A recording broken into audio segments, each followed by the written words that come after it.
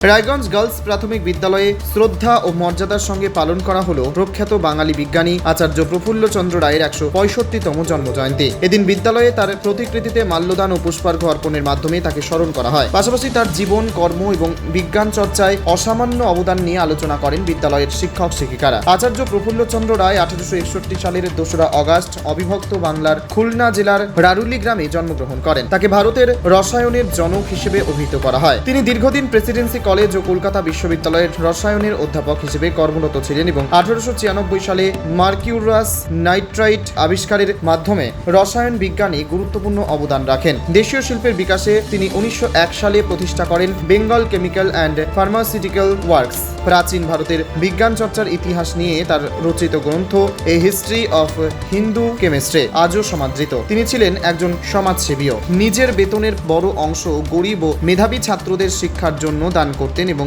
বিভিন্ন প্রাকৃতিক দুর্যোগে দুর্গত মানুষের পাশে দাঁড়াতেন। স্বদেশী আন্দোলনের সময় দেশীয় শিল্প ও দেশীয় পণ্য ব্যবহারের পক্ষে তিনি তরুণ সমাজকে উদ্বুদ্ধ করেছিলেন। এদিন বিদ্যালয়ের ভারপ্রাপ্ত প্রধান শিক্ষক গৌরাঙ্গ চৌহান কি জানিয়েছেন শুনুন।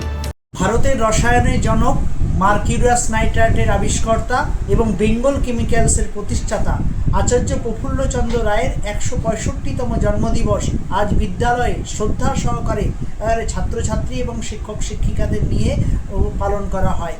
আচার্য প্রফুল্লচন্দ্র রায় বাঙালি বিজ্ঞানী হিসেবে আমাদের কাছে গর্ব এবং ছাত্রছাত্রীরা ওনার সমস্ত কিছু পড়াশোনা করে তারাও আগামী দিনে যাতে বিজ্ঞান চর্চাকে এগিয়ে নিয়ে যেতে পারে সেই উদ্দেশ্যে রায়গঞ্জ গার্লস প্রাথমিক বিদ্যালয়ে প্রতি বছর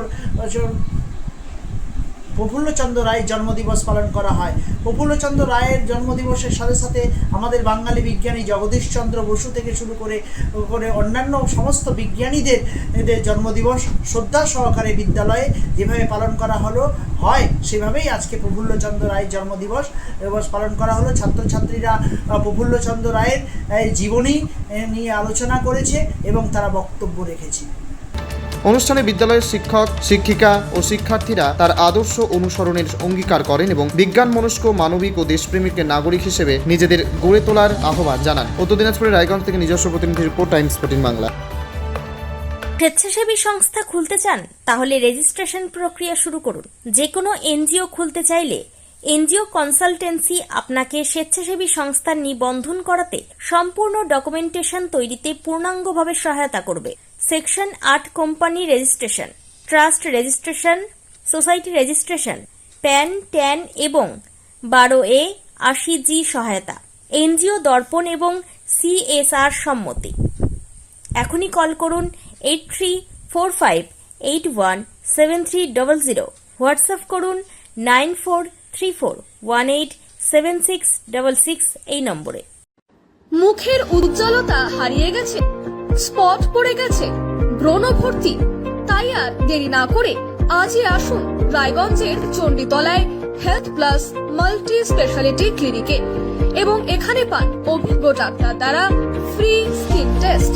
আরো বিস্তারিত জানতে যোগাযোগ করুন 9674895169 এই নম্বরে।